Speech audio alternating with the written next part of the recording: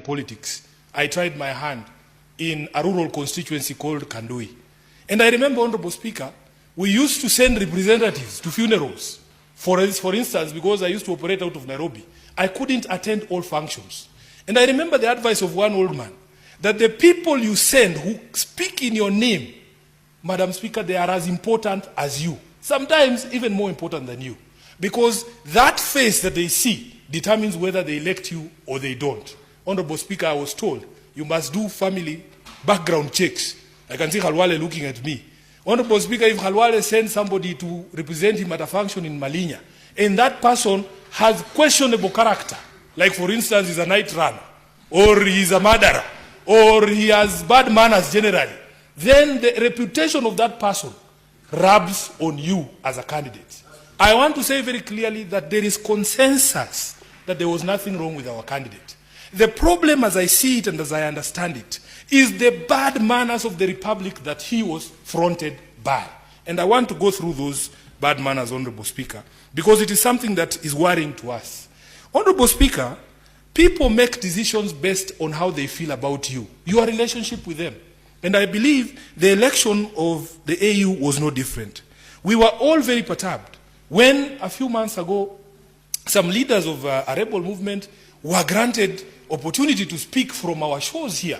And Honorable Speaker, this I want to draw the distinctions between what Raila Odinga believes in, the things that I know he believes in, and the positions that have been taken by our country that are diametrically opposed to the things that he believes in. Raila Odinga is a Democrat. He would never support the appending of power other than by means of democratic processes. He would never support a situation where you have people who are threatening peace and stability in a neighboring country, and then you grant them, a stage for them to be able to perpetuate this division in their own homes. So therefore, Honorable Speaker, you have this Pan-Africanist who believes in democracy, who believes in the democratically elected government in the DRC, and then you have your own country, the sponsoring country, allowing rebel movements to have a stage in our own republic to say things and undermine democratically elected governments back home.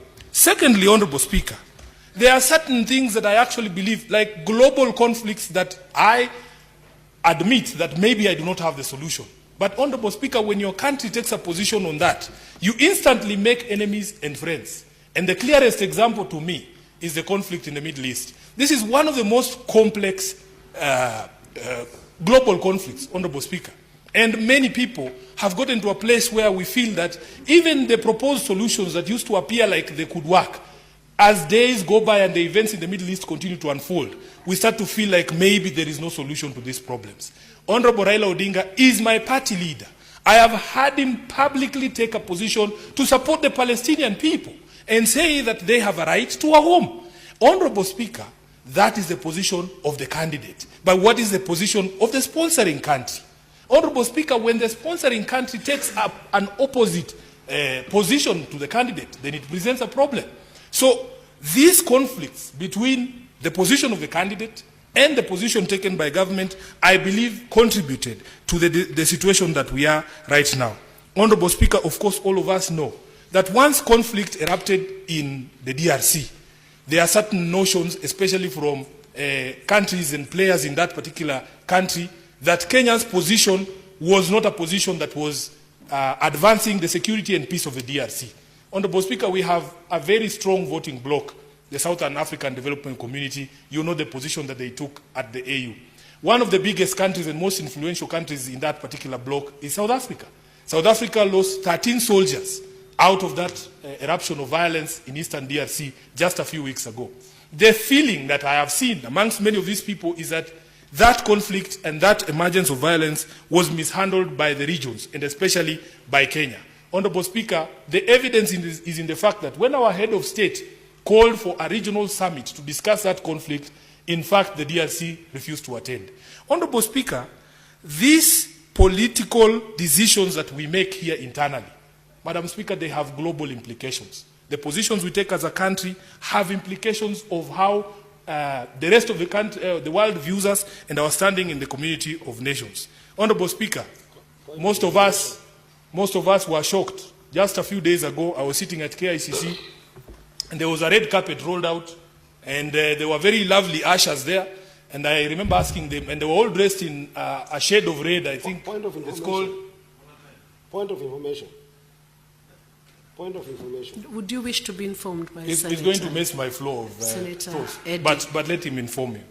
Senator Eddie, do not mess the flow of thought from the Honourable Senator's submission. Madam Speaker, this is one of my favorite leaders in the minority side, so I wouldn't want to sometimes interfere with this point of information. But I think I've listened to him using the word position of country interchangeably. Leader is that there is no country's foreign policy decision and written to those effects of those insights that you have shared. So I just want to make that distinction that position of country is different from position of individuals.